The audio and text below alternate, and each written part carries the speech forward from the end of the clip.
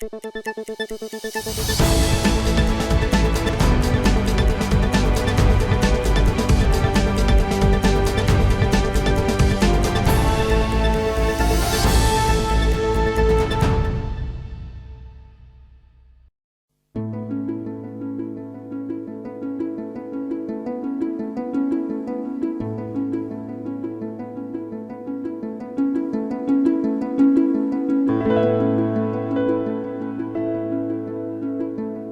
of it has been done since the first lockdown, but I mean it's a process that has started before that, but it kind of got a bit more focused throughout the lockdown and in a period of time when I was on my own at the studio and everything was very quiet, and I make my way from home to the studio every day on the pavement. It's a quiet town and not many people on the streets.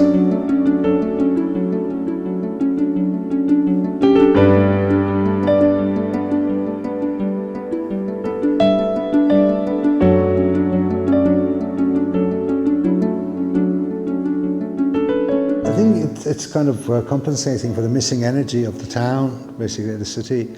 I don't know. It just came out and from somewhere inside, basically. But I mean, as I said, the change in terms of approach on the canvas started quite a while ago.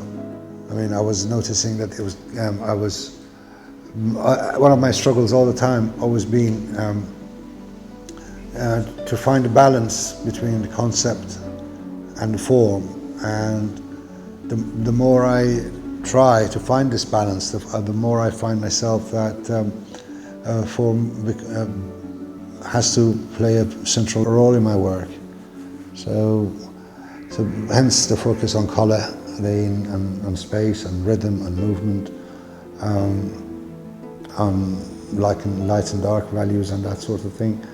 And the more you focus on those things, the more you find yourself finding yourself being distanced from a representational part of the work, and become more and more slightly each time slightly more abstract than before. So.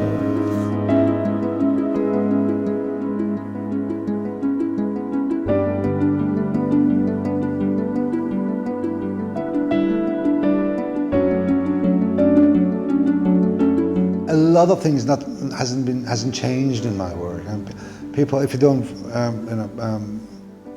you need to pay. If you pay it enough attention, you will see. I mean, even my most figurative paintings, and if you look close up on a kind of a micro level, they're very abstract. I just made them bigger and bolder and in kind of more prominent on my canvases. That's what I noticed that I've been doing, because it wasn't very a conscious effort to do that, but the direction is towards abstraction. Is the more I focus on form, the more abstract it becomes.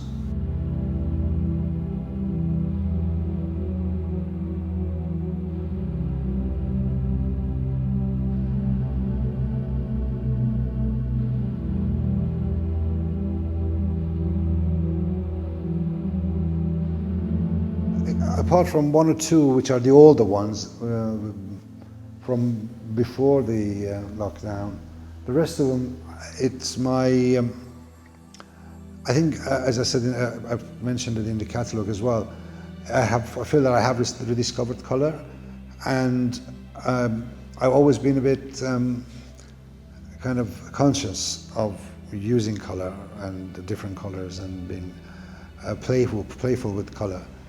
Although I said to myself, you know,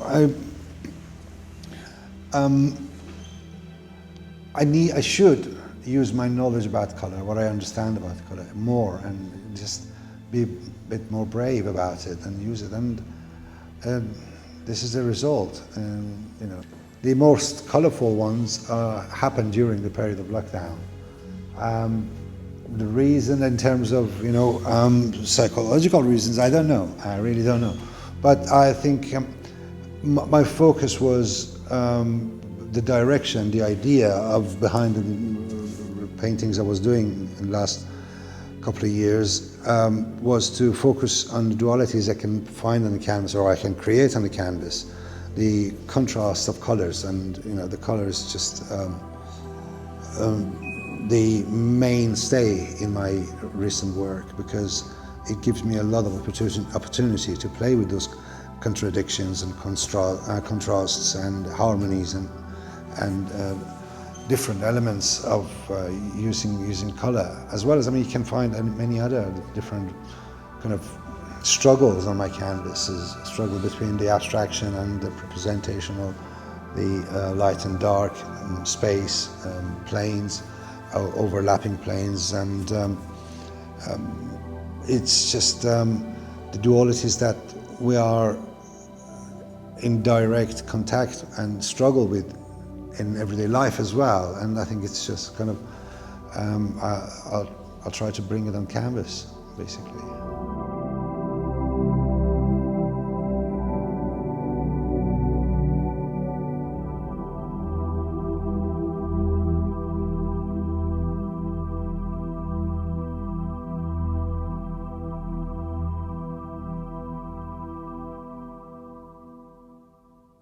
The subject, my previous exhibitions and previous projects that I worked on, where they had different concepts, the concepts of objectification and mainly social, political concepts, and which those concepts were like way behind me now. But the images that I used for those, they stayed in the paintings.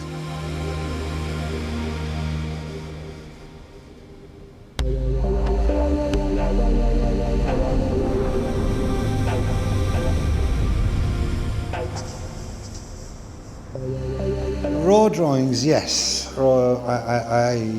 It's the first time I'm exhibiting, and that was a last-minute decision. A friend of mine, we were talking, I came to the studio and I was going through my sketchbook and drawing pad, and he said, "Oh, why don't you exhibit this?" And he came with the ideas, and I said, "You can frame them and put them up like that in your exhibition." I said, "Oh, maybe, And the closer we got to the exhibition, I was sketching and drawing in the studio, and I thought, yeah, let's frame people and see what happens. And I just pulled them out of my drawing pad and take them to the frame shop.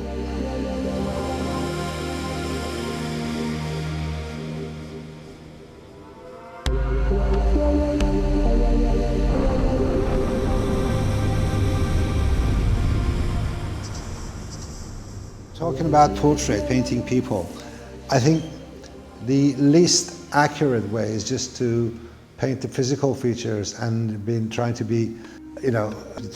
capture the physical features and being look-alike, if you like. But I think the most accurate portraits are when you try to look beyond that, beyond the physical features, and try to capture feelings and emotions and energies, and that's when you kind of get to the real.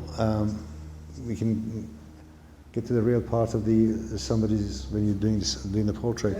And there's nobody I know better than myself, so I thought I'd do a portrait of myself.